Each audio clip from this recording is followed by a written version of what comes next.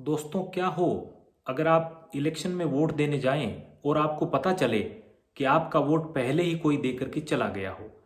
ये आजकल अक्सर देखने में आता है कि इलेक्शन जीतने के लिए कैंडिडेट्स ऐसे लोगों की लिस्ट बनाते हैं जो गरीब हों, दलित हों, पिछड़े हों या जो पोलिंग बूथ से दूर रहते हों। तो ये एक स्ट्रेटजी बना करके रखते हैं कि सुबह पोलिंग स्टार्ट होते ही सबसे पहले उनके स्थान पर अपने लोगों द्वारा फर्जी वोट डलवा दिए जाएं। जब ऐसे लोग जो साधन विहीन हैं वो पोलिंग बूथ तक आते हैं या जो स्वावलंबी हैं, जो किसी की दी हुई गाड़ियों का इस्तेमाल नहीं करते बल्कि अपना फर्ज समझते हुए पोलिंग बूथ तक खुद पैदल चल करके आते हैं, वो वहां ठगे से रह जाते हैं जब उनको पता लगता है कि आपका वोट तो कोई दे करके चला गया। ऐसी स्थिति में क्या करें? कानून आपको ये पावर देता है कि आप ऐसी स्थिति का मुकाबला करते हुए भी अपना वोट कास्ट कर सकते हैं। क्या है प्रोविजन? अब बात कर रहे हैं हम पंचायती राज चुनाव की। चुनाव चाहे लोकसभा का हो, चाहे विधानसभा का हो, चाहे पंचायती राज का हो, रूल्स सब में एक जैसे हैं। जब भी कोई व्यक्ति पोलिंग बूथ पे वोट कास्ट करने जाता है और उसको पता लगता है कि मेरा वोट पहले कोई देकर के चला गया है, तो वो रूल्स के अकॉर्डिंग पीठासीन अधिकारी यानी प्रिसाइडिंग ऑफिसर से, पीओ से संपर्क करेगा और उनको कहेगा कि ये मैं हूं, ये मेरी आइडेंटिटी है और मेरा वोट कोई दूसरा कैसे देकर के चला गया। तो पीठासीन अधिकारी ये सुनिश्चित करता है कि क्या ये व्यक्ति वही है जिसका ये दावा कर रहा है, और अगर सेटिस्फेक्शन हो जाता है कि ये जेन्युइन व्यक्ति है तो वो उसको एक बैलेट पेपर देता है। उस पे वो अपना वोट मार्क करता है और उसको फोल्ड करके वापस पीठासीन अधिकारी को देता है।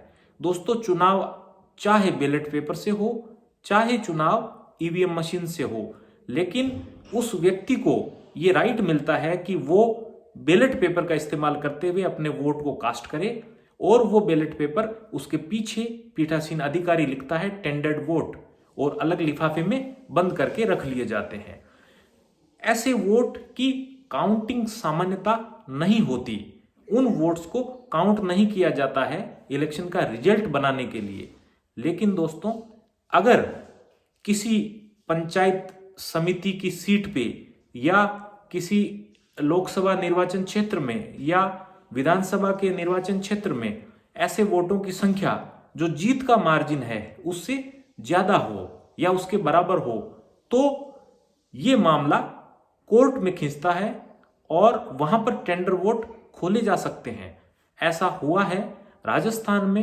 राजस्थान का बहुचर्चित सीपी जोशी जी का केस, जिसमें वो एक वोट से चुनाव हार गए थे, उन्होंने इसको हाई कोर्ट में चैलेंज किया। उन्होंने इस आधार पे चैलेंज किया कि जो प्रतिद्वंदी कैंडिडेट हैं उनकी वाइफ ने 2 बूथ पे वोट कास्ट किया था अपना, और साथ ही 2 टेंडर्ड वोट थे। पूरे देखो दोस्तों, पूरे विधानसभा निर्वाचन क्षेत्र में केवल 2 टेंडर्ड वोट थे और सीपी जोशी जी 1 वोट से हारे थे। तो टेंडर वोट की संख्या सीपी जोशी जी का जो हार का मार्जिन था उससे ज्यादा थी। तो हाई कोर्ट ने ऑर्डर किया कि जो प्रतिद्वंदी कैंडिडेट हैं कल्याण सिंह, उनकी वाइफ के जो 2 वोट्स हैं उनको डिकोड किया जाए, मतलब उनके सीरियल नंबर से मशीन से पता लगाया जाए कि वो 2 वोट किसको दिए गए हैं और उनमें से एक को खारिज कर दिया जाए। दूसरा, 2 जो टेंडर्ड वोट हैं वो भी पता लगाया जाए कि जिनके टेंडर्ड वोट हैं उनका वोट किस सीरियल नंबर पे कास्ट हुआ था, और उस सीरियल नंबर से ईवीएम मशीन से ये पता लगाया जाए कि वो वोट किसको गया था। उन दोनों वोट को डिलीट कर दिया जाए। उसके आधार पे फाइनली सीपी जोशी जी को विजेता घोषित किया गया। आप जब भी वोट देने जाएं तो अपने इस अधिकार का इस्तेमाल करें, अपने पीठासीन अधिकारी को बताएं और अपना जायज वोट है वो कास्ट करें। हो सकता है कि सब अगर जागरूक हों तो टेंडर्ड वोटों की संख्या जीत हार के मार्जिन से ज्यादा हो सकती है, तो हारने वाले कैंडिडेट को न्याय मिल सकता है, वो जीत सकता है। धन्यवाद।